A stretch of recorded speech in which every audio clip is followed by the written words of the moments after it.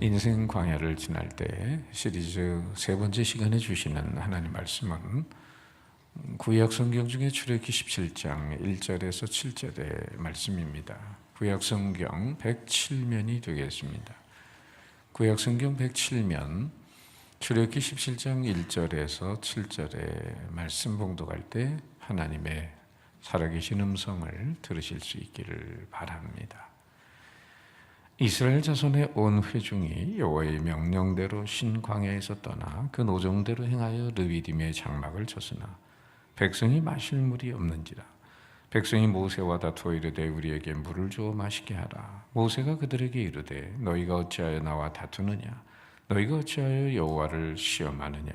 거기서 백성이 목이 말라 물을 찾으매 그들이 모세에게 대하여 원망하여 이르되 당신이 어찌하여 우리를 애굽에서 인도해 내어서 우리와 우리 자녀와 우리 가축이 목말라 죽게 하느냐? 모세가 여호와께 부르짖어 이르되 내가 이 백성에게 어떻게 하리이까? 그들이 조금 있으면 내게 돌을 던지겠나이다. 여호와께서 모세에게 이르시되 백성 앞을 지나서 이스라엘 장로들을 데리고 나일강을 치던 데 지팡이를 손에 잡고 가라. 내가 호렙산에 있는데 그 반석이 거기서 내 앞에 서리니 너는 그 반석을 치라. 그것에서 물이 나오리니 백성이 마시리라. 모세가 이스라엘 장로들의 목전에서 그대로 행하니라. 그가 그곳 이름을 마사 또는 무리바라 불렀으니 이는 이스라엘 자손이 다투었으며 또는 그들이 여호와를 시험하여 이르기를 여호와께서 우리 중에 계신가 안 계신가 하였음이더라. 아멘. 그리스 신화 중에 탄타르스 왕에 대한 이야기가 있습니다. 이 탄타르스 왕은 먹으면 늙지 않고 죽지도 않는다고 하는 제우스 신의 음식을 훔쳐 먹었다가 발각이 됩니다.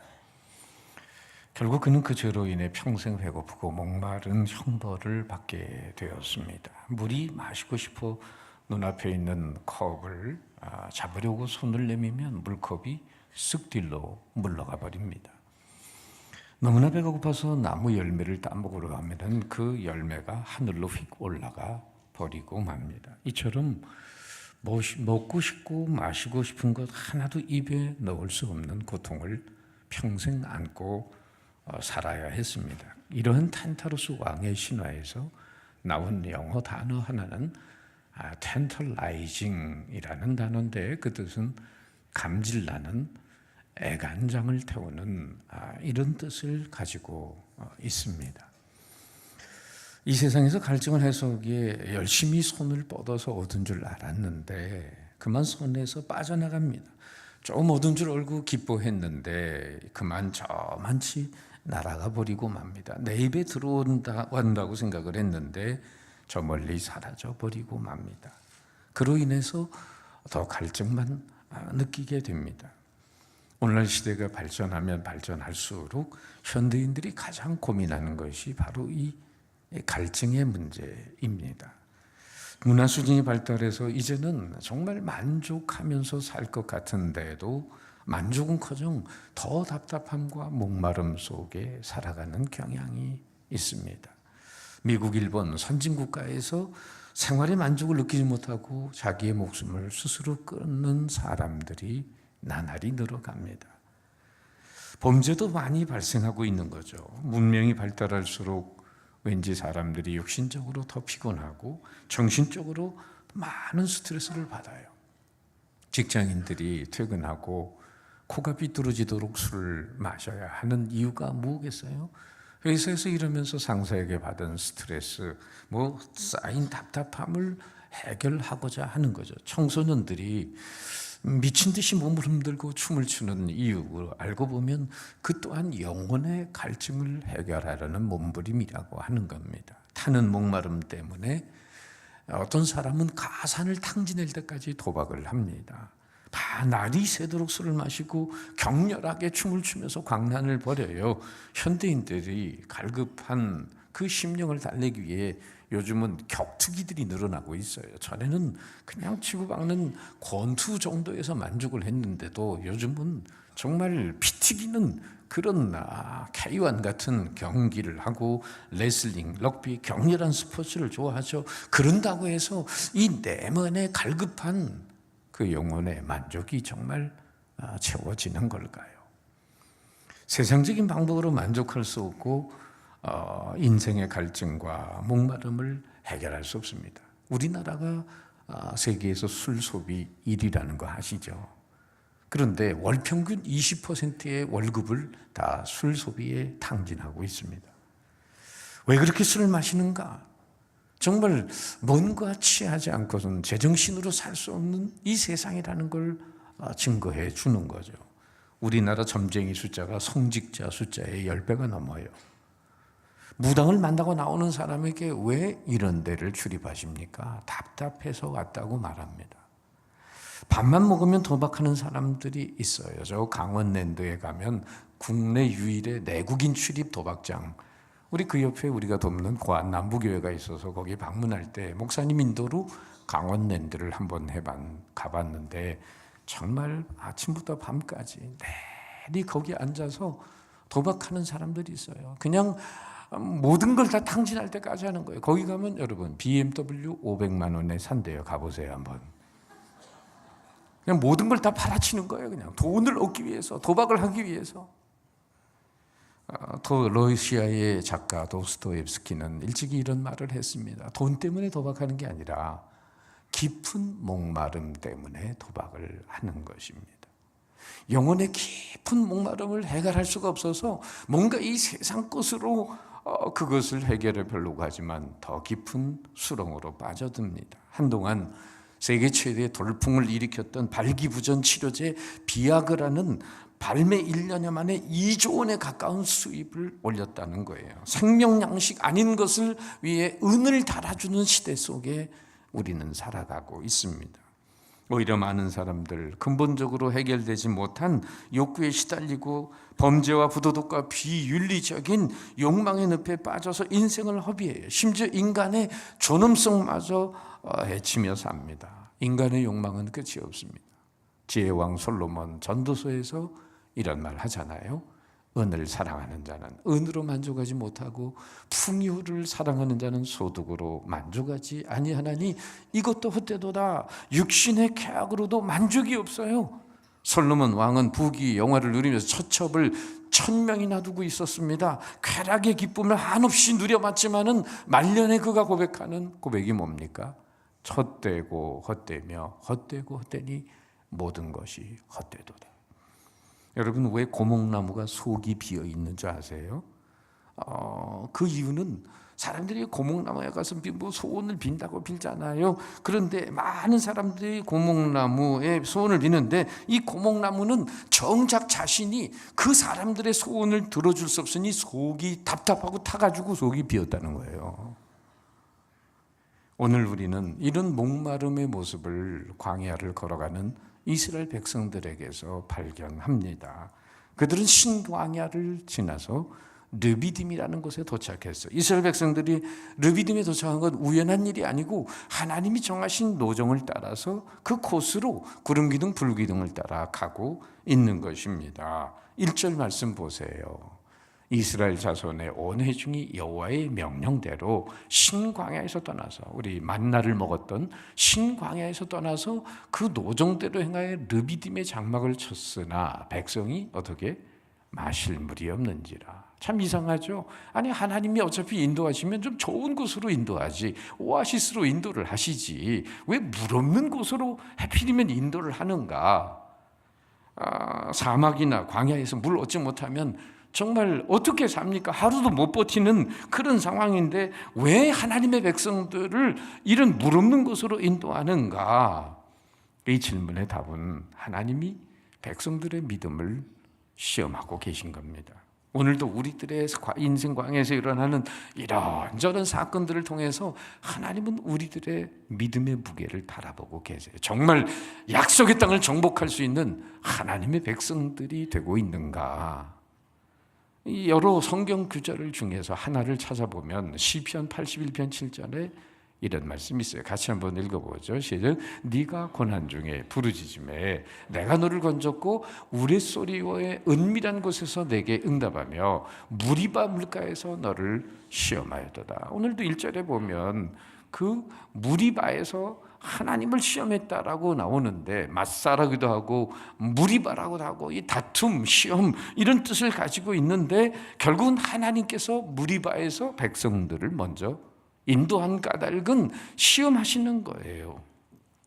그 말은 우리 그리스도인들이 인생 광야에서 인생의 한계를 뼈저리게 느끼는 순간이 왜 찾아오는가에 대한 질문이 되기도 합니다마는 하나님이 왜 우리를 때때로 코너에 모시는 거예요. 그런 막막한 현실에 우리를 이끌고 가시는 이유가 뭐겠어요? 세 가지 이유가 있어요. 첫째는 인생의 한계 상황 속에서 전적으로 하나님만을 의지하는 인생인가 아닌가를 들여다보기 원하는 겁니다. 사실 인간의 끝은 하나님의 시작이잖아요. 인간의 힘으로 안 되는 한계 상황 속에서 하나님을 간절히 찾고 매달리는 백성이 되기를 바라셨을 거예요. 두 번째, 인생 광야에 어떤 문제가 생겨도 하나님 의지하는 백성들은 당신이 책임진다는 놀라운 은총도 저들에게 경험하기를 원하셨어요. 아울러서 세 번째는 광야 백성들이 인생의 궁극적인 갈증을 어떻게 해결하는가도 주님은 르비딤 사건을 통해서 보여주기를 원하셨어요. 어쨌든 그러니까 하나님이 성도들을 시험하시는 목적이 있다면 그 마음을 한없이 한계 상황을 통해서 낮춘 다음에 마침내 하나님 붙들고 복을 누리게 하신 것인 줄 믿으시기 바랍니다. 자, 그런데 오히려 이스라엘 백성들의 반응은 어땠습니까? 여기 2절 3절의 말씀 보세요. 백성이 모세와 다투어 이르되 우리에게 물을 주어 마시게 하라. 어찌하여 우리가 우리를 애굽에서 인도해내서 우리와 우리 자녀와 가축을 목말라 죽게 하느냐. 백성들이 물이 없자 하나님과 모세를 원망하기 시작하면 이번에는 원망 정도가 아니라 아예 지도자 모세와 다툼을 시작했다고 말합니다. 하나님을 시험합니다. 하나님은 이래서는 안 된다고, 하나님 그렇게 하시면 안 된다고 저들이 강변을 하고 있는 거예요. 어려움 닥치면 원망합니다. 이것이 다만 이스라엘 백성들뿐만 아니라 오늘을 살아가는 하나님의 백성들의 모습도 마찬가지예요. 누가 잘못되면은 무엇이 좀 어려운 한계 부딪히면 여기 하나님 뜻이 뭐지? 하나님 왜 우리 이렇게 인도하셨을까? 그리고 또 하나님을 바라보고 또 자신을 돌아보고 이런 시간을 가져야 되는데 어느 놈 때문에 지금 이렇게 된 거야 우리가? 어느 놈 때문에 지금 이런 처지가 된 거야? 하면서 그 원망의 화살을 쏟아내는 백성들의 모습은 바로 우리들의 모습이 아니던가요? 이스라엘 백성들이 모세를 원망하는 행위는 단순히 물 때문이 아닙니다. 바로 여호와 하나님에 대한 불신앙 때문이에요. 이 불신앙 때문에 원망이 많고 불평이 많은 것이 바로 우리들의 모습입니다. 옛날 사람들과 현대인들의 차이를 여러분 C.S. 루이스라고 하는 악마의 편지로 유명한 그분이 이런 얘기를 했어요. 옛날 사람들이 현대인에 비해 훨씬 더 무지했지만 신을 향해서는 깊은 경외심이 있었고 신 앞에서는 늘 죄스러운 마음으로 살았습니다. 고대인들에게 신은 심판자였고 인간은 변함없이 피고였습니다. 반면에 현대인들은 옛날 사람에 비해서 훨씬 더 지혜로워졌지만은 신을 향한 원망심을 갖고 신을 피고 속에 세우고 오히려 인간이 심판 속에 앉게 되었습니다. 오늘 그러니까 르비딤 강에 물이 없다고 원망하는 것은 마치 이스라엘 백성들이 자기들이 심판 자리에 서가지고 하나님을 정죄하는 꼴이 되고 말았다는 거예요. 그러면 이스라엘의 불신앙이 어떤 내용입니까? 첫째, 그들의 불신앙은 하나님의 임재에 대한 의심이었습니다. 7절에 어떤 말씀이 있어요? 그들이 여호와를 시험하여 이르기를 여호와께서 우리 가운데 계신가 안 계신가 했습니다. 오늘도 우리 하나님 믿는다고 교회에 나오지만은 좀 예기치 않은 어려운 사건에 부딪히면 여러분 무슨 생각 드셔요? 하나님 계신 거예요? 안 계신 거예요? 하나님 계시면 정말 나한테 이럴 수가 있는 거예요? 그러나 여러분 정말 교회에 나온 지 얼마 안 되는 어떤 여인이 암에 걸렸어요. 그러니 교회에 나온 지 뭐 한 달밖에 안 되는데 암에 걸려가지고 이러니까 정말 재수없다 생각하고 어린 딸에게 병상에서 너 교회 가면 안 돼. 미국에서 일어난 일인데 오히려 하나님 어디든지 안 계셔 하면서 가지 마라. 이 병실에다가 매직펜으로 God is nowhere, 하나님 어디든지 안 계시다 이렇게 써놨는데 어린 딸에게도 너 교회 가지 마. 근데 너 이거 읽어봐. 하나님 어디든지 안 계셔. 근데 그 어린 딸이 읽는데 God is nowhere, NOWHERE가 아니라 그 딸은 이렇게 읽습니다. God is NOWHERE, God is now here. 믿음의 눈으로 보는 자에게는 하나님이 함께 계시는 줄 믿습니다. 아니 지금 1절에 보면 하나님의 명령대로 그 노종을 따라서 지금 르비딤에 왔어요. 어떻게 왔어요? 구름 기둥, 불 기둥으로 인도했어요. 그 자체가 하나님이 함께 계신 거 아닙니까? 하나님이 인도하셔서 물 없는 곳에 왔어도 하나님 뜻이 있겠지. 하나님 여기 계시지. 그런데 무슨 뜻이 있을까? 겸허하게 생각해야죠. 그런데 계신 거야, 안 계신 거야?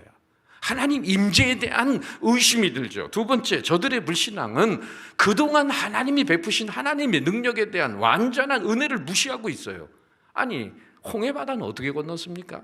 또 애굽에서 열재앙은 누가 치루어진 것입니까? 오는 동안 광야에서 만나와 메추라기는 누가 먹이셨습니까? 이전에 경험한 기적은 하나님 은혜가 아니던가? 그럼 오늘 내게 주어진 부족한 현실에서 하나님이 그동안 베푸신 은혜와 기적으로 살지 않았습니까? 그러면 지금 여기에도 하나님이 마침내 초자연적인 이적을 베푸실 거라는 믿음을 가져야죠. 아무리 한계 상황에 우리가 봉착해 있다 하더라도 인생 광야에서 여기까지 산 건 누구의 은혜로 살았어요? 태어나는 거, 내 심장 뛰는 거, 머리카락 나는 거, 내 오장육부 움직이는 거 누구의 은혜로 살았어요? 누구의 은혜로 지금도 존재하고 있습니까? 아무리 시련의 광야에 있더라도 하나님 뜻이 있고 하나님이 함께 계심을 믿어야죠. 그런데 그걸 못 믿었어요. 여러분 왜 그런 얘기 아시죠? 어느 그 교회 옆에 술집이 하나 생긴 거예요. 그래가지고 그냥 꿍깡꿍깡 그러니까 교인들이 기도해야 할 때마다 저 술집 없게 해달라고 기도했어요. 그런데 정말 얼마 안 있다가 그 술집에 불이 난 거예요. 그런데 술집 주인이 고소를 했어요, 법원에다가. 왜? 교회에서 기도해서 불났다 이거예요. 그래가지고 결국은 재판장에 갔는데 목사님이 이제 갔죠. 그리고 이제 술집 주인하고. 근데 거기서 이제 서로 변론을 하는데 술집 주인은 교회가 기도해서 불났다 이거예요. 교회에서. 목사님은 아니라고. 기도는 했지만 기도해서 불난 거 아니라고. 재판장이 어떻게 판결했어요? 술집 주인은 믿음이 좋고 목사님은 믿음이 없네. 누가 믿음이 있는 거예요? 셋째, 저들의 불신앙은 하나님의 선하신 의지를 의심했어요. 3절에 무슨 말이에요? 어찌하여 우리를 애굽에서 인도하여 내서 우리와 우리 자녀와 가축을 목말라 죽게 하느냐? 저들은 앞에 있는 지금 광야 현실만 보지 하나님이 지금 애굽을 빠져나오게 한 목적이 뭐예요? 저 앞에 있는 가나안을 가게 하시는 거예요. 하나님의 정하신 목적지는 가나안 땅인데 저들은 코앞에 있는 광야만 보지 저 멀리 내다보지 못해요. 우리는 좋으신 하나님을 끝까지 믿어야 합니다. 하나님 다 아시면서도 이런저런 고난을 겪게 하신다면 뭔가 거기에 이유가 있고 멋진 해결책이 기다리고 있는 것을 믿어야 되지 않겠어요? 가장 좋은 것을 준비해 줄 수 있는 하나님께서 오늘 그렇게 하지 않으셨다 할지라도 우리가 원하는 것보다 더 좋은 계획이 있다는 것을 믿으시기 바랍니다.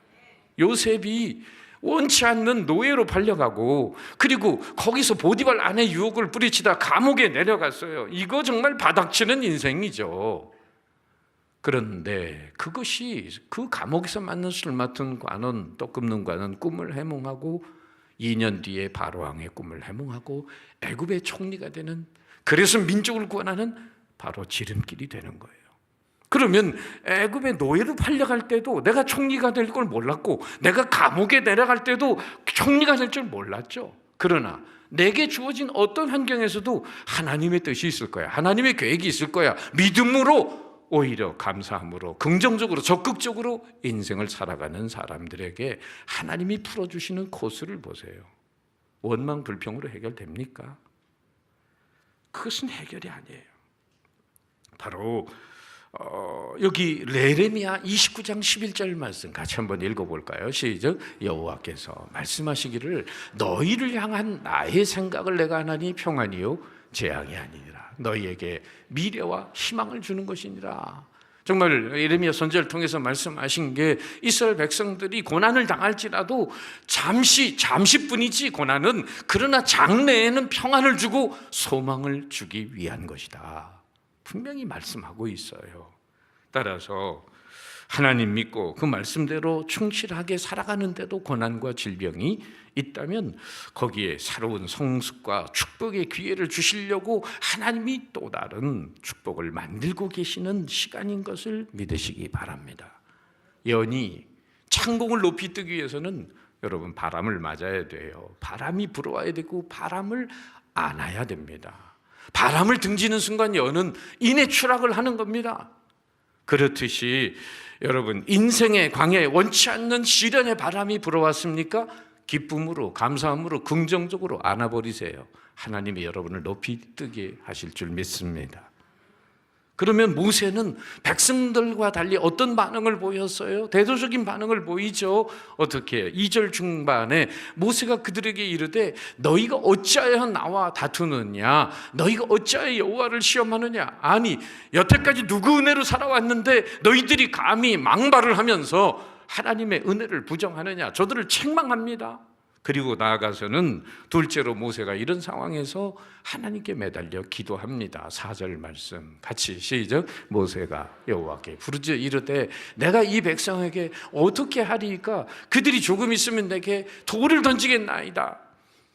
그러자 하나님이 모세의 기도에 응답하셨어요. 여호와께서 모세에게 이르시되 백성 앞을 지나가서 이스라엘 장로들을 데리고 하수를 치던 네 지팡이를 손에 잡고 가라. 내가 거기서 호렙산 반석에 너를 대하여 서리니 너는 반석을 치라. 그것에서 물이 나리니 백성이 마시리라. 모세가 이스라엘 장로들의 목전에서 그대로 행하니라.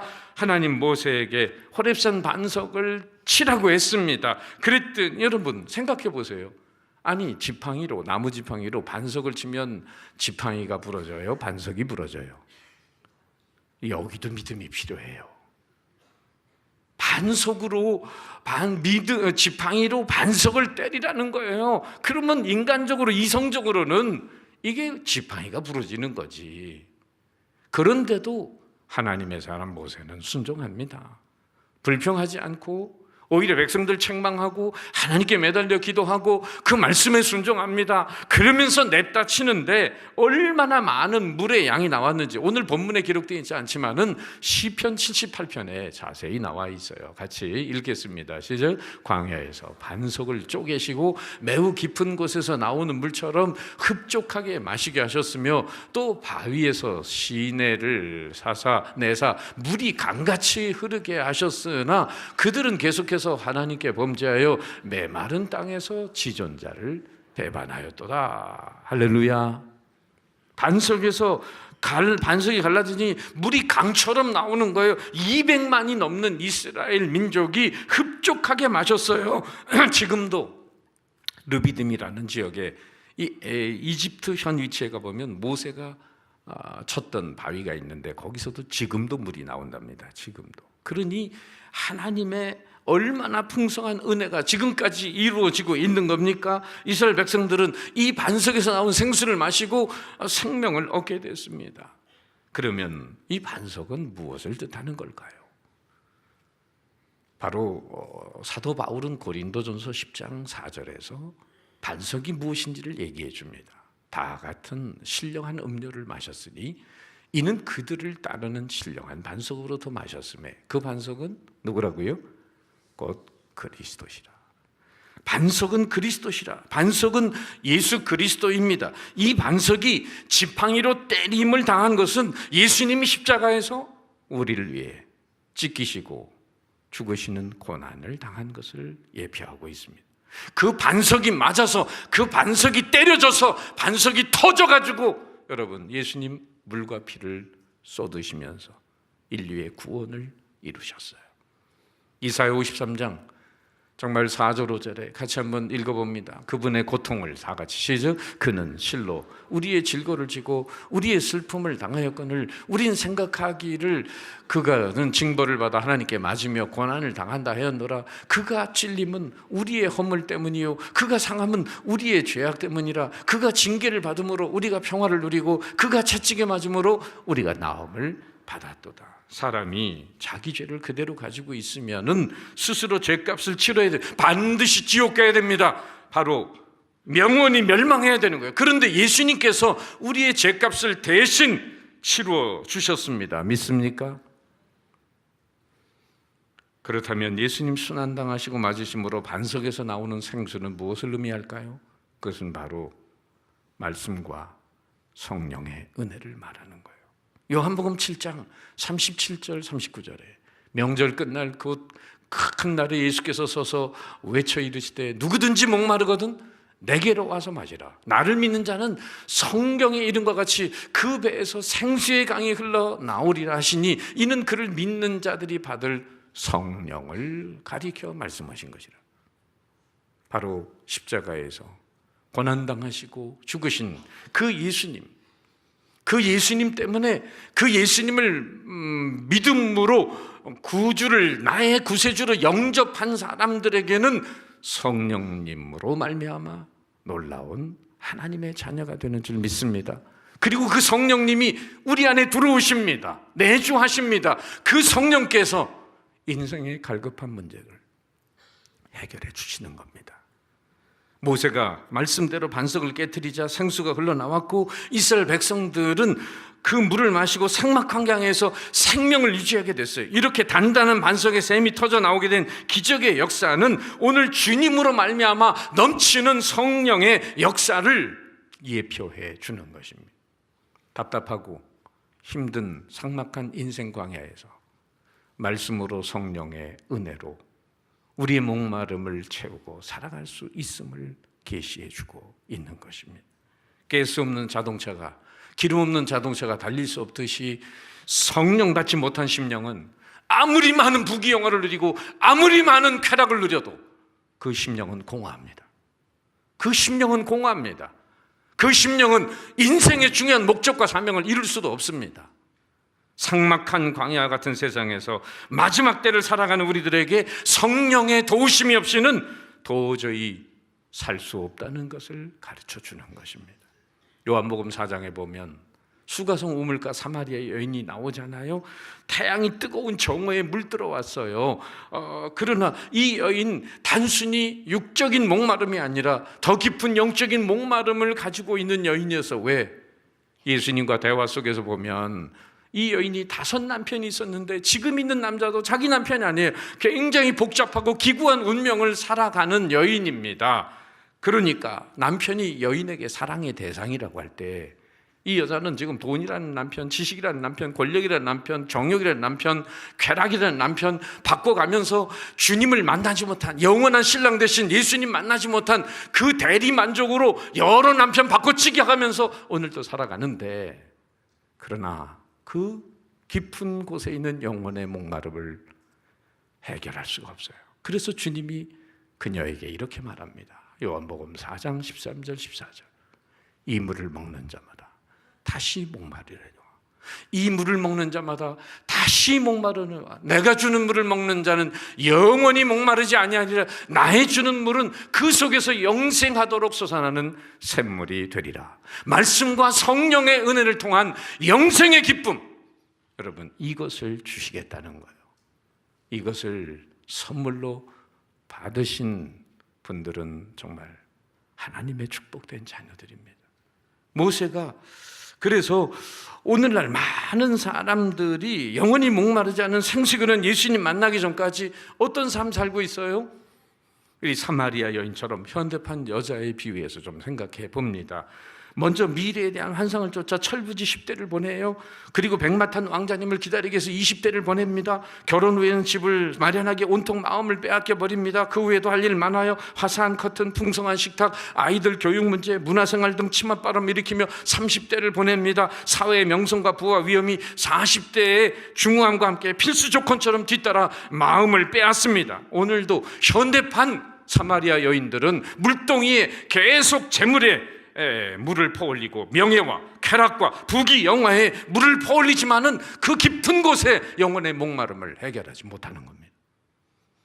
작고 한 영국의 신문 방송인 말콤 머거리지 씨의 이야기인데, 예수님 만나기 전까지 지상에서 가장 좋은 셈, 명성과 성공, 쾌락과 성취의 우물을 마시고 있었는데 그는 어느 날 이렇게 간증합니다. 그러나 여러분에게 고백하는데 제 말을 꼭 믿어주시기를 바랍니다. 이 조그만 성공들을 100만 번 곱하여 모두 합쳐도 영적으로 목마른 사람에게 주어지는 그 생수의 물 한 모금에 비하면 아무것도, 정말 아무것도 아닙니다. 아버지가 아들을 잠자리에 들여보내고 잘 자거라 하고 불 끄고 아이의 방을 나와서요. 10분 뒤에 아빠, 그러니까 아버지가 왜 그래? 잠자지 않고. 아빠, 나 물 한 그릇 떠다 줘요. 아버지가 아까 물 마셨잖아. 그만 자거라. 10분 뒤에 아들이 아빠 또 불러요. 왜 그래? 여태 안 자고. 아빠, 나 물 좀 떠다 줘요. 아버지, 그난 자라니까 한 번만 더 부르면 너 매 맞는다. 10분 뒤에 아들이 아빠, 아버지가 또 뭐야? 그랬더니 아들이 이렇게 말합니다. 나 때리러 올 때 물 한 컵 갖다 줘요. 세상 목마름에 대한 열정을 보여주는 유머죠. 아무리 많이 가져도 물질로는 우리의 갈증이 채워지지 않고, 아무리 즐거운 쾌락의 시간을 보내도 우리의 갈증을 해결할 수 없어요. 성을 추구하고 술로 채우려고 하고 도박으로, 그리고 마약을 추구하는 사람들이 있습니다. 기독교의 성자 어거스틴이라고 하는 사람 잘 아시죠?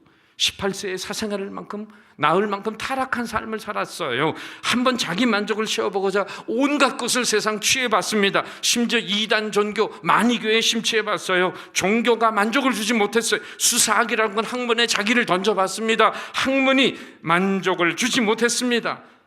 그가 하나님 앞에 서게 되고 예수님을 자기의 구주로 영접했을 때 비로소 그는 참된 만족을 느끼며 그가 쓴 고백록에 이렇게 기록합니다.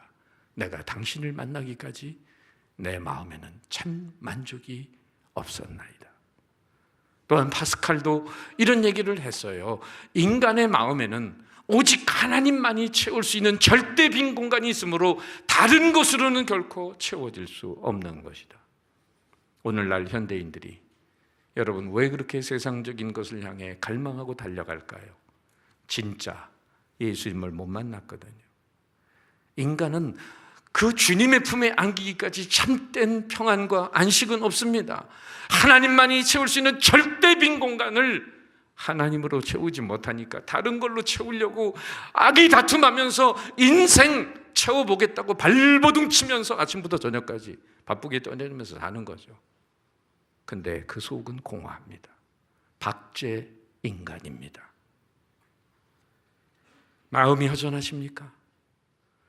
허무함이 드십니까? 그 공간은 남편의 사랑으로, 아내의 사랑으로, 자식의 사랑으로 채울 수 있는 공간이 아니에요. 돈으로, 지위로, 누구의 칭찬으로도 채울 수 없습니다. 하나님만이 채울 수 있습니다. 하나님과의 관계가 바로 되기 전까지 이 영혼의 갈증은 해소되지 않습니다. 우리는 이 목마름과 허무함으로부터 벗어나려면 예수님을 구주로 영접해야 됩니다. 그리고 그 몸을 깨트려서 말씀과 성령의 은혜를 주신 생수를 날마다 마셔야 할 줄로 믿습니다. 초대 문화부 장관이었던 이어령 박사님은 자타가 공인한 우리나라 최고의 지성인이고 문인이시죠. 우리 동네 사시고 우물을 파는 사람이라는 책을 두란노에서 냈는데, 그분이 책에서 이런 고백을 합니다. 나는 영원히 목마르지 않을 그 우물물을 마시기에 오늘도 우물을 판다. 사람들은 이어령 박사가 세례를 받자 이렇게 말했어요. 그 나이에 뭐가 답답해서 세례를 받는 거냐? 그 물음에 이혜령 박사님은 이렇게 대답을 했습니다. 명예를 달라면서 글을 썼더니 명예가 생기더라. 돈 벌려고 애쓰니까 되더라. 병 때문에 병원 가니까 병이 나아지더라. 그러나 어느 날 너무 외로워서 극장에 가서 영화를 봐도, 내가 좋아하는 글을 봐도 내 마음은 채워지지 않고 이 세상 나는 혼자구나 하는 절대 고독을 느꼈다. 영혼이 가랄 때, 목마를 때, 수돗물이든 1급수든 2급수든 보통 물로는 채울 수 없는 갈증을 느낄 때 나는 어디로 가는가? 그는 주님을 부인하면 부인할수록 더욱 영혼의 목마름이 커져서 오랜 방황 끝에 따님의 기도도 있었지만은 결국 주님을 찾아 영혼의 우물을 파는 사람이 되었다고 고백합니다. 그 책에서 그는 이런 여운의 말을 남깁니다. 광야의 시간이 없으면 기복신앙으로 빠지게 됩니다. 로빈슨 크루소처럼 홀로 무인도에 내던져졌을 때, 사막에 내던져졌을 때, 그때 하나님과 나의 개인적인 만남이 이루어집니다. 기독교는 사막의 체험에서 비롯된 종교입니다. 제가 여기다 적지 않았지만 그 뒤에는 만약에 교회와, 오늘날의 교회와 예수 믿는 사람이 목마름이 없다면 그것은 진정한 그리스도인이 아니라고 얘기해 주고 있습니다. 오늘 무리바불의 문제는 결국 하나님에 의해서 해결됐어요. 마찬가지로 우리의 모든 문제를 하나님 앞에 나아가서 정말 믿음으로 구할 때 반석과 같이 단단하고 굵고 어려운 장애물도 무너져 내릴 줄로 믿습니다. 크고 작은 모든 문제 해결의 열쇠는 예수 그리스도입니다. 어려울수록 인생 광야에서 백성들처럼 원망과 불평하지 말고 모세처럼 하나님을 붙드십시오. 하나님께 매달리십시오. 그리고 반석이 되신 예수 그리스도를 붙드십시오. 바로 그분의 말씀과 성령의 은혜를 사모하십시오. 이 세상의 목마름을 능히 해결해 주시고 충만한 가운데 이 세상 정말 은혜가 넘치는 충만한 삶을, 승리하는 삶을 살게 하실 것입니다. 누구든지 목마르거든 내게로 와서 마시라. 나를 믿는 자는 성경에 이른 것 같이 그 배에서 생수의 강이 흘러나리라. 기도하겠습니다.